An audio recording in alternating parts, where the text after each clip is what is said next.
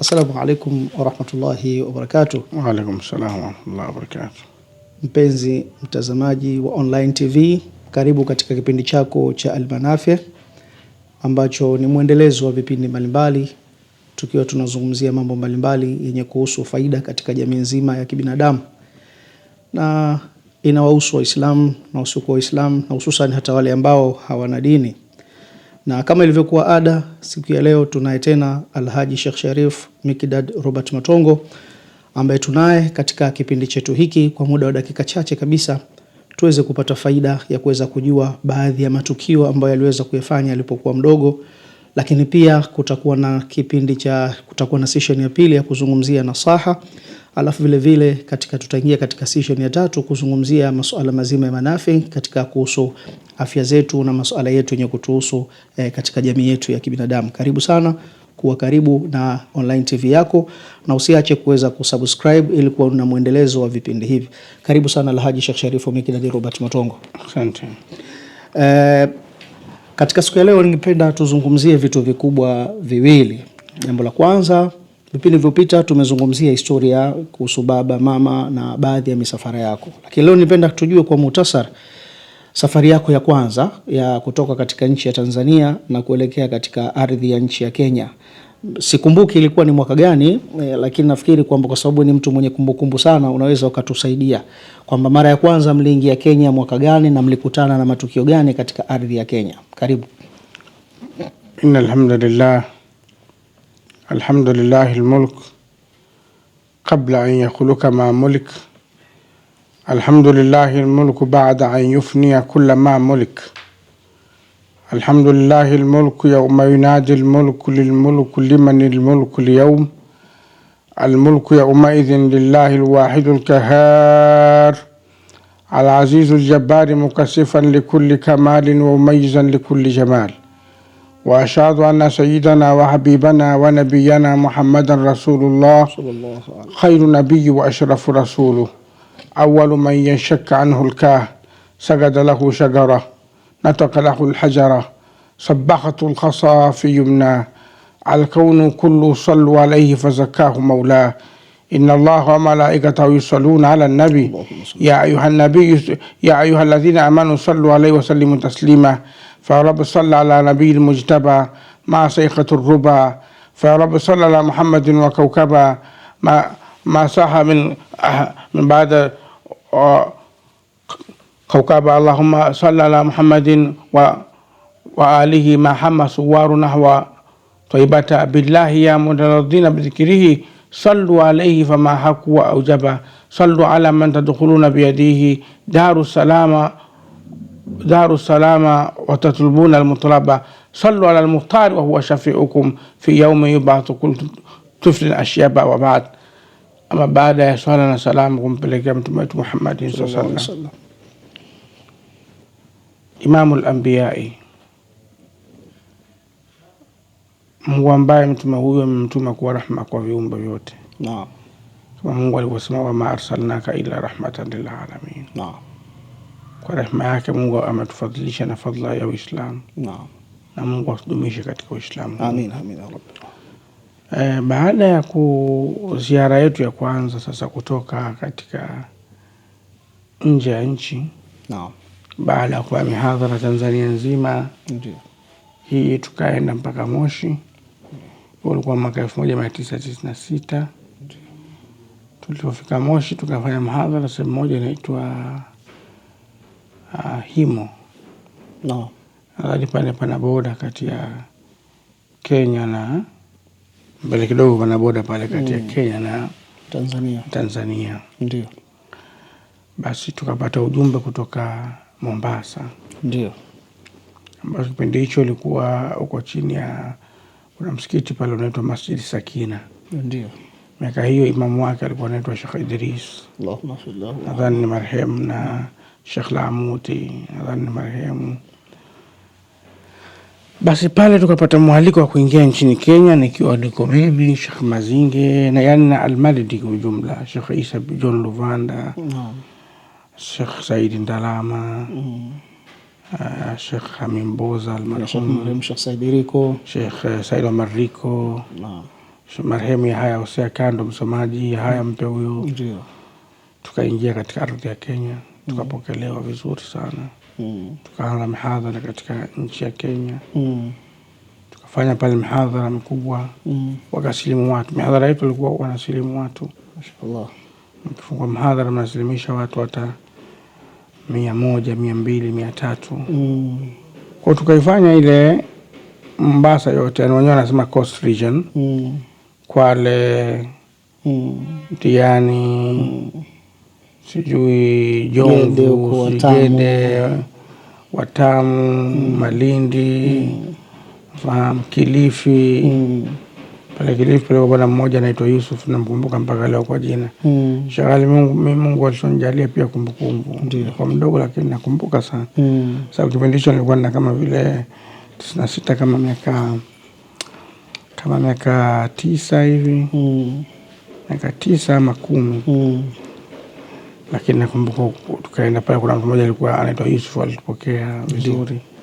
Kwa kuna mmoja alikuwa anaitwa Hamza Zari, ambao sasa hivi yuko Lubumbashi. Okay. Na huyo Hamza Zari mtu ambaye alitupokea. Ndio. Na alikuwa yuko na mimi sana. Ndio. Akiniendesha na nikimfanyia utundu nikiwa mdogo, nachukua gari yake naendesha. Lakini nikamwombea dua, nikamwambia wewe Mwenyezi Mungu atakujalia, utakuja kuwa atakufungulia katika mali. Ndio. Utakuja kupata pesa. Mimi namwombea dua Mwenyezi Mungu akufungulie. Sasa hivi tunazungumza, mashallah, ni katika mtu ambaye fanya biashara mkubwa katika nchi ya Lubumbashi. Kabla hujaendelea Sheikh, kuna kitu umenikumbusha kuhusu Sheikh Uyuzari ulimtaja. Kuna historia tulipata kuisikia kwamba huyu mtu uliwahi kumwambia kwamba wewe ili uweze kufanikiwa ulimwambia aweze kutoka katika, hebu ielezee kidogo hiyo. Basi katika alikuwa ni mtu wangu, namwambia dua siku moja. Sasa katika utoto nikamwambia wewe ukitaka ufanikiwe utoke kwenye nchi hii. Uhamie nchi nyingine. Ndio. Basi mimi nimeongea vile. Kumbe yule bwana jambo amelichukua kweli. Kweli akafanya vile, akahama kutoka sasa Mombasa Kenya, akahamia Lubumbashi. Na kweli Mwenyezi Mungu akamfanikiwa. Yani ukisema wale among the matajiri wa Lubumbashi, Mzee Hamza Zari yupo. Mashaallah. Unafahamu? Mashaallah. Basi baada ya pale tukaenda Kitui, wapi na wapi, mpaka tukaingia katika mji wa Nairobi. Ndio. Nairobi pale tukapokewa na jamaa wa jamii ya Mosque wa Isli 3rd Street. Tukafanya mihadhara pale Kamkunji, wapi, mwaka 96 huo. Wanasilimu maelfu ya watu. Habari zetu zikamfikia mpaka rais wa Kenya, alikuwa kipindi hicho anaitwa Daniel Arap Moi. Ndio. Akamtuma mtu mmoja kipindi hicho alikuwa anaitwa Mohamed Nur. Ndio. Alikuwa ni Msomali, nadhani alikuwa ni afisa, nadhani alikuwa ni mkurugenzi wa usalama wa taifa ama sikumbuki, lakini alikuwa yupo katika mambo ya kiserikali. Tukaalikwa mpaka Ikulu. Akamwambia hapa Kenya ni nchi ya amani. Tukamwombea dua Rais Moi pale.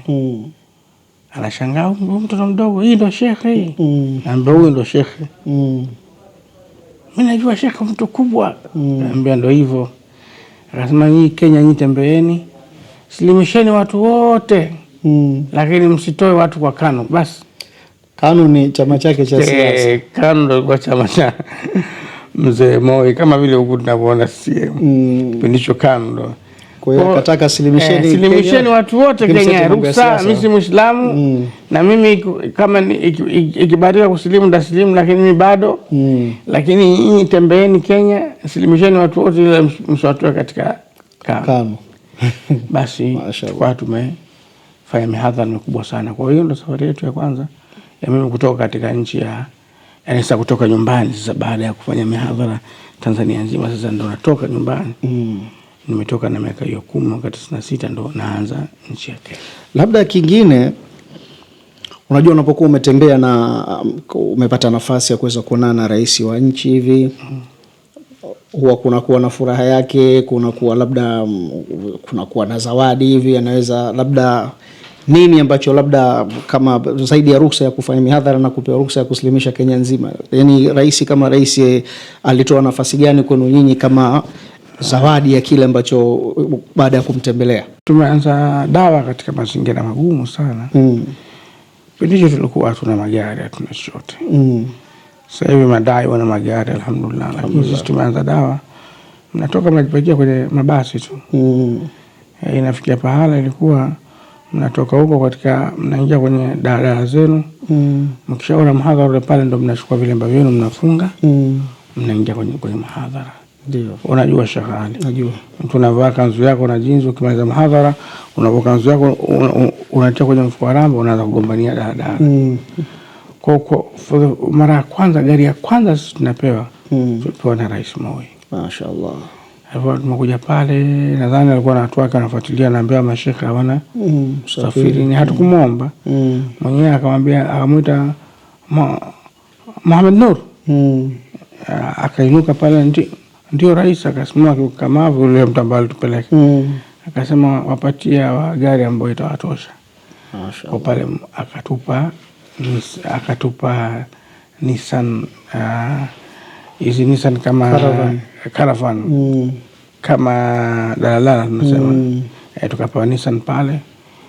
Nakumbuka ilikuwa ni KHP, naikumbuka. KH 167H. Ndio, mali dile. Yeah. Tukaiandika maandishi. Siku hiyo ilikuwa ni usiku wa faraja sana kwetu. Nafikiri hata kulala tu kwa walala. Mwenyezi Mungu amrehemu Maalim Riko, alikuwa anaendesha gari. Kapapa hapa dereva nani? Ala Shekhediko, kumbe alikuwa dereva taxi. Zamani kabla hajaingia kwenye dawa. Ndio. Akachukua pale. Ndio anapiga gia pale. Basi tulipotoka Ikulu kwa mwenye gari, takbira zilikuwa nyingi sana. Mashaallah. Kweli alitufariji Rais Moi katika, na alikuwa sio Muislamu. Mashaallah. Na tulikuwa tumefanya kazi na matajiri wa Kiislamu walikuwepo, wanaona kazi ya dawa. Lakini hakuna mtu aliompa hiyo fikra. Lakini Mwenyezi Mungu akamjalia yule si Muislamu. Lakini akafikiri, akaona kwamba hawa wanahitaji kitu. Aliona thamani, aliona nguvu ya ushawishi tuliokuwa nayo, akatupa ile gari. Mashaallah. Mpenzi mtazamaji online TV, katika kipindi chako cha Al-Manafi, hii ni historia fupi ambayo inazungumzia kwa muhtasar safari ya Alhaji Sheikh Sharifu katika ardhi ya nchi ya Kenya. Kuna kitu kimoja nacho vile vile ningependa kiweze kuongezewa, ni nje ya Kenya, lakini kinaweza kutupa faida katika kipindi chetu cha siku ya leo. Alafu baadaye tuje tuingie katika neno la siku ya leo. Alhaji Sheikh Sharifu, nakumbuka katika safari zako kiachilia mbali katika ardhi ya Kenya, nakumbuka ulifanya mihadhara mikubwa sana katika mikoa ya kusini, katika mji wa Mtwara kama sijakosea, kitu kama hicho. Na pale kuna mtu mmoja alikuwa ni anafanya biashara ya chumvi katika eneo lile. Sijui historia hii, hivi ni vitu ambavyo nimekaa na kina Shekhiriko kile nikasikia kuna kipindi akiwa na hadithia. Lakini vizuri ukavihadithia mwenyewe ili mtazamaji aweze kupata faida. Nini kilitokea katika ardhi ile? Katika ardhi ya Mtwara, Mwenyezi Mungu alifanya kitu ikawa ni ibra kwa wale watu wa Mtwara. Ndio. Lakini ikawa pia ni ibra kwetu, na kwangu mimi nikaona kwamba Mwenyezi Mungu kuna kitu amenipa tofauti. Ndio. Kulikuwa kuna tajiri mmoja alikuwa anaitwa Karatela. Ndio. Alikuwa ni mtu ambaye alitupenda, kwa Mwindi. Kwa gari yake tunazunguka nayo. Lakini bwana alikuwa ana mashamba yake ya chumvi. Ndio. Kule Mtwara watu wa kusini unajua kuna chumvi wanalima. Ndio. Wanakuwa karibu na bahari, kuna nani zao. Bwana kama shekhe, mimi sehemu yangu ya chumvi haitoi. Sipati chumvi. Ndio. Basi mimi nikaenda pale, nikaingia kwenye ile bahari, kwenye ile sehemu, kwa sababu ni kama vile majaruba, unajua majaruba ya mpunga alivyo. Na kama vile yanakuwa yanaingia maji. Tukafika tu pale, nilikuwa napiga ile fimbo yangu ile kwenye ile bahari, kama tundeni. Na inshallah kesho utapata chumvi nyingi. Ile bwana anasema, Sheikh, hapa miaka hatupati chumvi. Kesho asubuhi kuamka chumvi imejaa. Ile bwana akuja pale, Sheikh, kweli ulichoniambia. Kwa nikaona Mimi nilisema yani mimi nilijiona kama nasema utani tu. Kesho unapata chumvi nyingi. Lakini Mwenyezi Mungu akakubali yale maneno. Basi mswala nzima ikawa story kwa sababu anajua ile shamba bwana alikuwa alipata kapata chumvi nyingi. Akatamba Sheikh, mimi nitafanya mpango niwapeleke haji. Sasa kipindi hicho communication ilikuwa tulivyoondoka tena, sijui yule bwana ataikuwa wapi, sijui yupo, sijui haifahamiki yuko hai au amefariki ama alishahama nchi. Basi labda tuseme kwamba kama familia yake ipo na imesikia na wengine wapo waliopata kuthibitisha ile, basi kwa wanaohitaji mawasiliano na Alhaji Sheikh Sharifu Mikidadi Robert Matongo, namba ya simu ipo hapo inapita katika screen yako, unaweza kupiga simu au katuma message kwa ajili ya mawasiliano na Alhaji Sheikh Sharifu Mikidadi Robert Matongo. Sheikh, labda tuingie katika awamu yetu ya pili baada ya historia. Una kitu gani katika siku ya leo cha kutuelezea katika masuala yetu ya kijamii tuliokuwa nayo? Karibu. Katika sihiri zetu tukiendelea kwamba muendelezo wa sihiri. Naam. Kuna sihiri ambayo sihiri huwa ni sihiri ya kulishwa. Katika uchawi ambao na athari, tumezungumzia uchawi mwingi, uchawi kwenye majumba, uchawi. Lakini kuna uchawi ambao wa mtu kulishwa kitu. Ndio. Mtu anaweza kalala usiku akaota anakula nyama, ama yupo katika sherehe kubwa anakula, ama kaenda hotelini labda yuko dina hivi anakula ndani ya ndoto. Ndio. Huu huwa ni uchawi mbaya sana.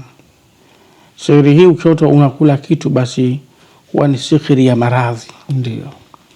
Sihiri hii ukiota hivyo ndio unakuta mtu anakuwa ana maradhi yale makubwa. Ambao mtu anaweza akawa ana maradhi yasiyopona. Ndio. Unakuta kuna watu leo wanasumbuka, mtu anakuta ana uvimba ambazo haziponi. Kuna mtu leo anasumbuka anakuwa ana maradhi labda ya miguu ambayo yanakuwa yanauma muda mrefu, miguu yake inawaka moto, miguu inauma, akipiga kila CT scan akifanya nini labda haoni kitu, pengine mwingine pia anaona kwa sababu ya maradhi ya sihiri shahali. Naam. Yani kuna fomu ambayo unaweza ukaona kama ni maradhi ya hospitali lakini ni sihiri. Na kuna nyingine inakuwa iko, yani nyingine inakuwa wanaficha yani kwamba unaona ni maradhi ya hospitali yani kumbe ni sihiri ndio inakutafuna. Kwa hiyo wakati unaendelea kutumia zile dawa za hospitali kumbe yani ili ufanye yani uconcentrate kwenye matibabu yale. Lakini ndio unakunywa madawa lakini hakuna kitu chochote kinachofanyika. Na inaweza ikafanyika ikawa ni maradhi ambayo ukienda huoni kitu. Ndio. Kuna watu wanaenda ana miguu haoni kitu miguu. Fahamu? Maradhi haya yanapeleka sihiri, inapeleka mpaka inaweza ukakuta una maradhi ya kansa, ikakutia maradhi mbalimbali.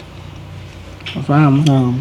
Mpaka maradhi haya ya kisasa. Sisi kuna watu waliotufikia katika hawa watu. Kuna mmoja anasema Sheikh, mimi nina maradhi ya kisasa. Lakini maradhi yangu ni ajabu sana. Kwa mfano nikienda kwa hospitali nikiandikiwa dua ama nikiandikiwa kombe ama nikipewa dawa nikinywa, nikienda kupima na kutasina. Alafu nikaa tena nisipotumia zile dawa nikipima na kuta nao. Huyu mtu kaja anashaka mimi sielewi, lakini mimi nina mume. Mume wangu mimi haamini kama mimi nina maradhi. Ndio mimi alipokuja kuposa ni kama mimi nina maradhi haya, akasema hapana. Lakini kama nina maradhi yangu haya mara anakuwa haya. Yule mimi akanioa, nikaishi naye, tumezaa mtoto. Yeye hajaathirika, mtoto wangu hajaathirika. Mimi pia nina maradhi lakini afya yangu sijawahi kuumwa hata siku moja, ni kwamba ile mtu. Kwa moja kwa moja haya ni maradhi ya sihiri. Mfahamu? Naam. Ndio maana anakuja na kwa nini? Na kuondoka. Kwa hiyo unaweza uchawi wa kulishwa huu usiku ndio unaoleta maradhi katika mwili. Kama katika maisha yako ushaota unakula kitu usiku, kama ndizi, nyama, chochote kile unakula usiku, basi ujue unalishwa kweli uchawi. Na uchawi huu athari yake ni katika mwili. Maana kuna mtu anaweza akataka wewe udhoofike, usiendelee kimaisha. Amekutafuta kufunga biashara zako ameshindwa, ametafuta kufunga kila namna ameshindwa, anaamua sasa akutie maradhi ili upate kulala. Ulikuwa ni mtu mwenye kutoka unaenda katika shughuli zako, sasa unashindwa, unakuwa ni mtu na miguu hautoki tena, taratibu mara umekaa, mara hivi, mara stroke, mara unalala. Watu wa sahiri wana mtindo wa kulazana watu. Na mtu ukishalala afya yako inakuwa iko duni, huwezi kufanya chochote. Kwa hiyo inaweza kufika bahala kama huyu mtu ana kazi yake, ni mwajiriwa, ana kazi, ana nafasi kubwa, watu wanataka kuondosha katika ile sehemu yako ya nafasi, ndio unapigwa uchawi huu wa kulishwa. Kwa wewe ufukuzwe kazi, si kwamba utafukuzwa kazi kwamba una kazi ama nini. Washafanya zote na kwamba huyu mtu kufukuzwa kazi pale ni ngumu, bosi anampenda, labda ni mwajiriwa na anakubalika, wanakutia maradhi ile ofisi mwenyewe utoingia. Unaanza kuumwa mara mguu, mara kiuno, mara kichwa, mara mwili na kitu kinatembea, unakamoza nini, unalala, inafikia pala mpaka wewe si mtu wa kutoka. Unalala mwaka mmoja, miaka miwili, mpaka ile ajira tena atafuta mtu mwingine, lengo lao linatimia. Namna gani ya kujinusuru katika haya? Hilo ndio kwa nini tarajia. Ni kumuomba Mwenyezi Mungu Subhanahu wa Ta'ala. Ndio. Fahamu. Kwa mfano mtu akiwa ana siri hii, lazima asomwe Suratul Kafi, Suratul Jathia, Hadid, Arafu, Fussilat. Fahamu. Kwa idadi maalum, na kuna baadhi ya dua zinafanyika. Na maradhi haya pia Mwenyezi Mungu amejalia ndo kama hizi dawa. Hizi dawa tunazitoa kwa ajili ya haya maradhi. Ndio. Una maradhi ya muda mrefu wewe. Leo hii Shifaatul Jasad minan Niran na Hasad inatoa majibu mengi. Kuna mtu hapa ametoka, alikuwa yuko Ulaya, ana mama yake hapa anaumwa muda mrefu. Alikuwa hata hainuki, kachukua dawa akatumia, akapaka, kanywa, amekuwa ni mtu mwenye kuinuka, hata kuswali anaswali mwenyewe. Hivyo simu kapiga leo. Mashaallah. Kampigia Sheikh Rajab. Akanipata mimi nikazungumza naye. Kwa watu wengi wenye maradhi umefungwa kibiashara.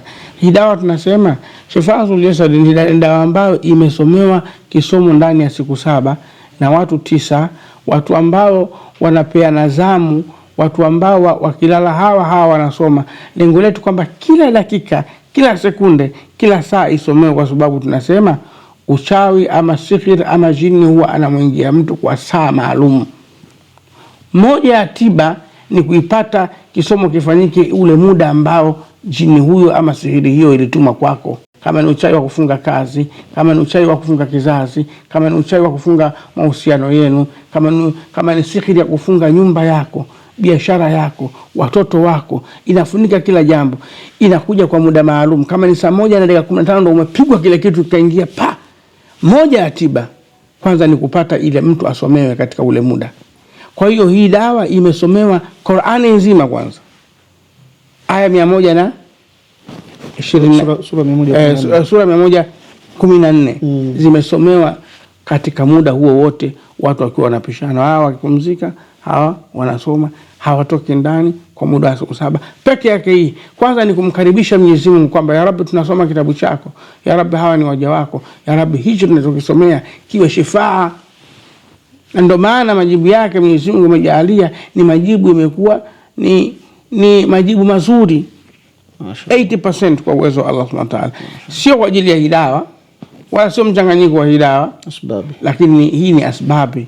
Lakini Allah Subhanahu wa Ta'ala ametaka kujia sifa zake. Bismillah wa huwa shafi. Mwenyezi Mungu ndiye mwenye kutoa shifa. Mungu ndiye mwenye kuponya. Tumia kwa uwezo wa Allah sihiri hizi za kulishwa hizi ambazo zinafanya watu wasidumu na makazi yao, wasidumu na biashara zao, wasidumu na shughuli zao. Basi tumia dawa hii kwa uwezo wa Mwenyezi Mungu, na inafungua mengi na mengi na mengi. Watu wajikaribishe zaidi mbele ya Allah Subhanahu wa Ta'ala. Sawa. Kwa sababu ulimwengu wetu vita ni kubwa ya sihiri na uchawi. Uchawi na sihiri ni vita kubwa sana shikali kidogo. Najua. Kwa kikubwa ni kurudi kwa Allah. Tusitoke bila dua. Unataka kutoka nyumbani kwako, soma dua. Ndio maana katika Uislamu tumewekewa dua. Bismillah tawakkaltu ala Allah. Ukiingia nyumbani soma dua. Ukitaka kulala soma dua. Kwa sababu sihiri iko kila sehemu. Hizi lengo la hizo dua, kwa sababu kila hatua kuna mtu anakufanya husda wewe. Kila hatua yako unaopiga. Mwingine anaweza akakuhasidi kwenye kula tu. Yule anakula vizuri sana. Ile peke yake husda. Mungu ndo maana akaweka dua. Bismillah ala barakatillah. Wewe unataka kulala, wewe mtu akakuhasidi tu. Huyu akachalala ndo tumpige kitu asiamke siku ya 2. Omba dua, piga muadhatain bismika amutu wa ahya. Mtu huyu akiamka tu basi ndio elewa, akiamka ndo hawa kitandani kwake na asitoke. Sawa. Kwa hiyo dua ndo kila kitu. Mashaallah. Mpenzi mtazamaji wa Online TV, tumepata faida katika historia la Haji Sheikh Sharifu kama tulivyopata kuona, lakini pia tumepata nasaha za kuweza kujua mazingira na hali tulizokuwa nazo.